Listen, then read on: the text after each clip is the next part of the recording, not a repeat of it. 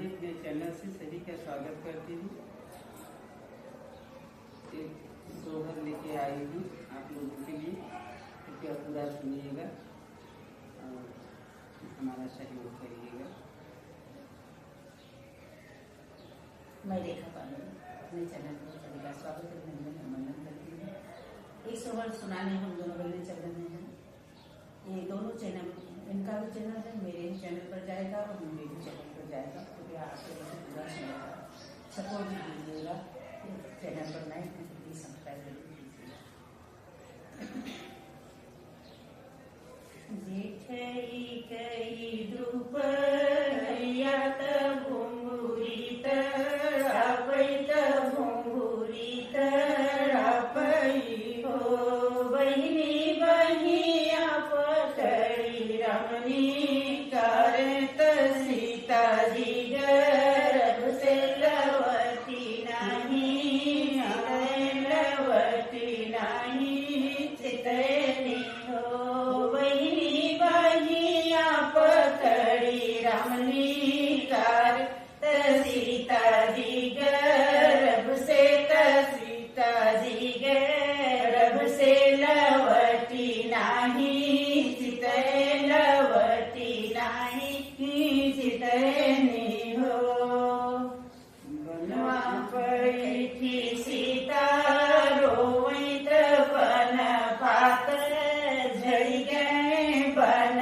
पात झड़ी गए हो वैरी के मोरे आगे पीछे बैठे के न उलट छोड़े के न उलट छोड़े हो बहिनी के न लैनी सोने कहा सुवात घगरिनी को लई है घगरिनी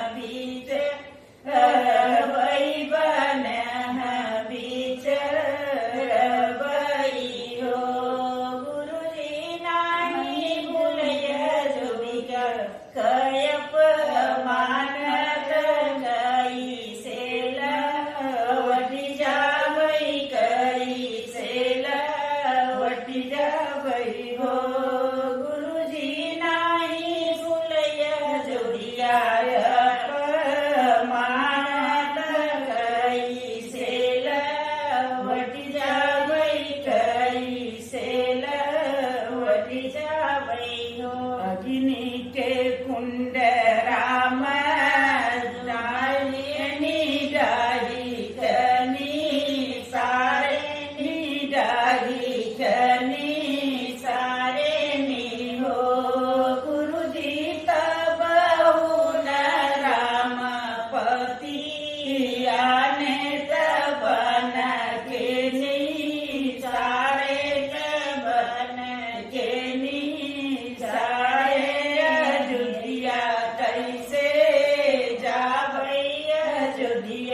कैसे जावई हो।